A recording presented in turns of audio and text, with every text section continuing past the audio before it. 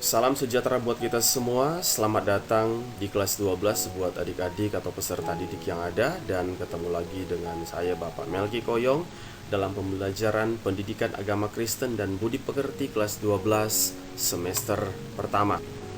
Nah, adik-adik sekalian, mengawali kegiatan kita di hari ini, silakan kalian pause video ini dan kalian mulai berdoa untuk membuka atau mengawali kegiatan pembelajaran di hari ini.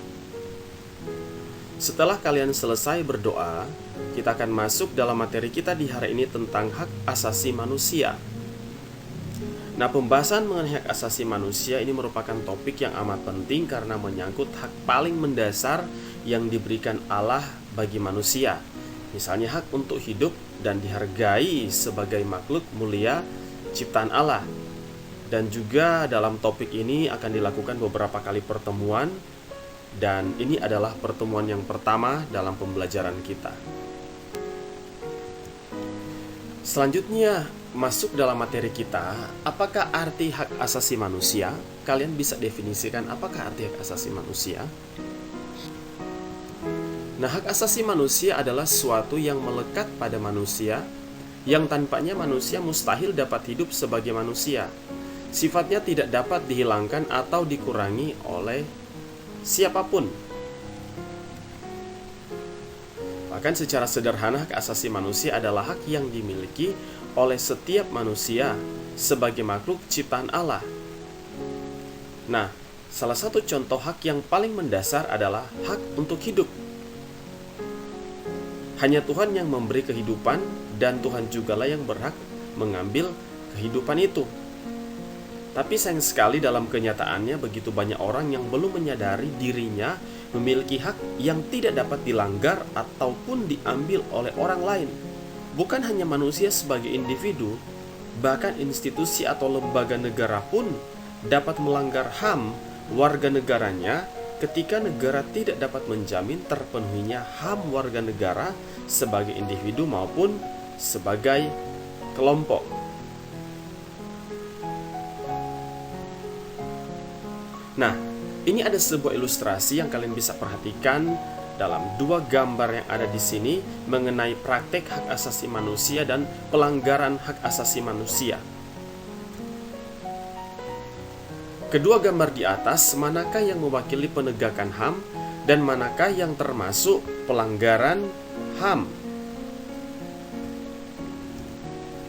Dalam kaitannya dengan gambar 1 dan 2, hak asasi manusia adalah hak dasar semua orang tanpa kecuali. Artinya, setiap orang yang bekerja pada bidangnya masing-masing memiliki hak sebagai manusia. Namun seringkali orang lupa bahwa aparat hukum seperti polisi dan tentara juga memiliki hak sebagai manusia. Kamu dapat baca di koran, nonton di TV, saksikan sendiri bahwa mahasiswa dan kelompok masyarakat lainnya melakukan demonstrasi dengan menggunakan cara kekerasan. Misalnya membakar ban, melempari aparat kepolisian dengan batu, dan tindakan lainnya. Selanjutnya, masuk dalam materi kita, apakah arti hak asasi manusia? Kalian bisa definisikan apakah arti hak asasi manusia?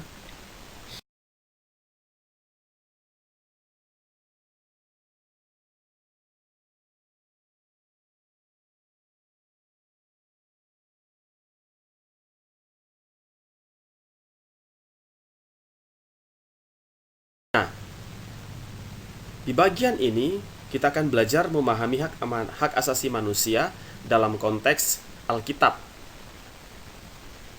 Dalam Mazmur pasal 133 berbicara tentang suatu masyarakat yang hidup rukun bagai saudara.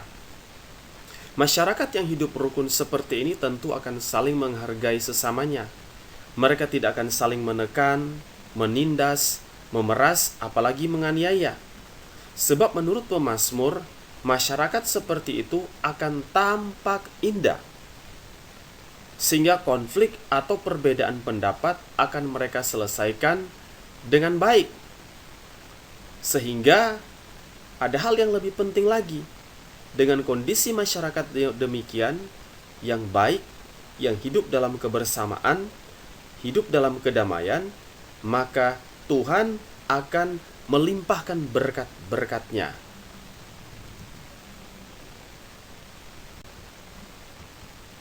Dalam kitab Kejadian pasal pertama ayat 26-28 bicara tentang manusia yang diciptakan segambar dan serupa dengan Allah. Nah, kesegambaran itu menunjukkan bahwa manusia adalah makhluk yang memiliki hak dan martabat. Dan hal itu tidak dapat dirampas oleh siapapun atas alasan apapun. Semua manusia sama di hadapan Allah. Manusia tidak hanya diciptakan sebagai makhluk individu, melainkan juga sebagai makhluk sosial. Nah, kita akan melihat juga tentang cakupan HAM atau hak asasi manusia. Hak asasi manusia adalah hak paling mendasar yang dimiliki oleh manusia dan tidak dapat diambil oleh orang lain, bahkan oleh negara sekalipun.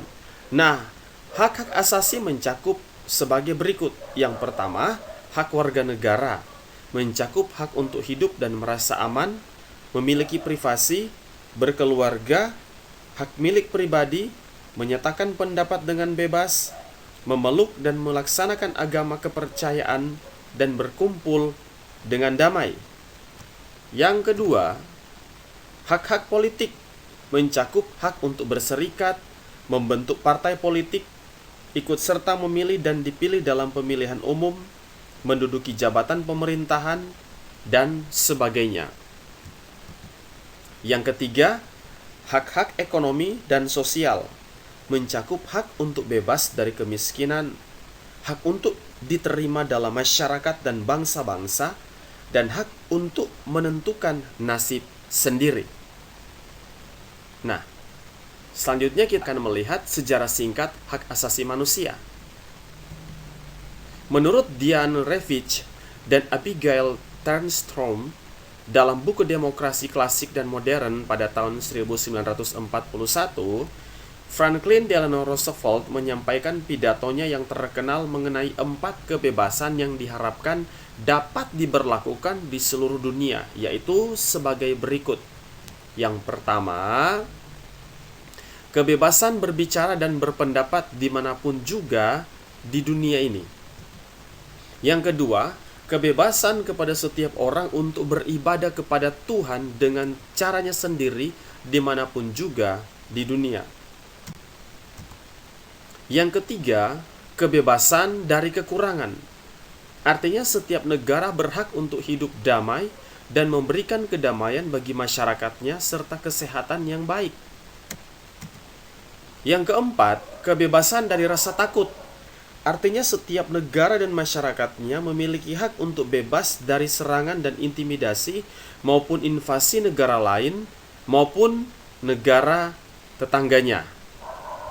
Yang kedua, hak-hak politik, mencakup hak untuk berserikat, membentuk partai politik, ikut serta memilih dan dipilih dalam pemilihan umum, menduduki jabatan pemerintahan, dan sebagainya.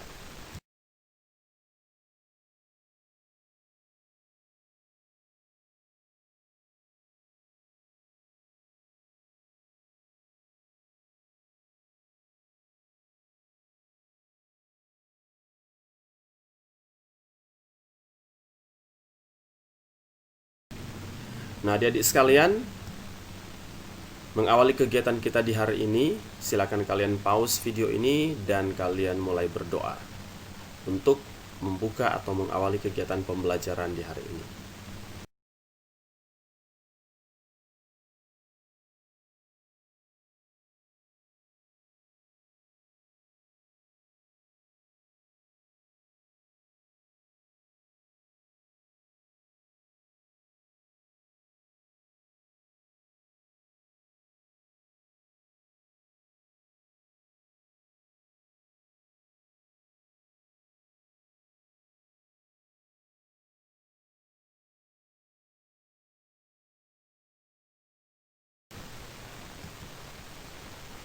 Tapi sebelum menutup kegiatan ini, silakan kalian pause video ini dan berdoa untuk menutup kegiatan pembelajaran kita di hari ini.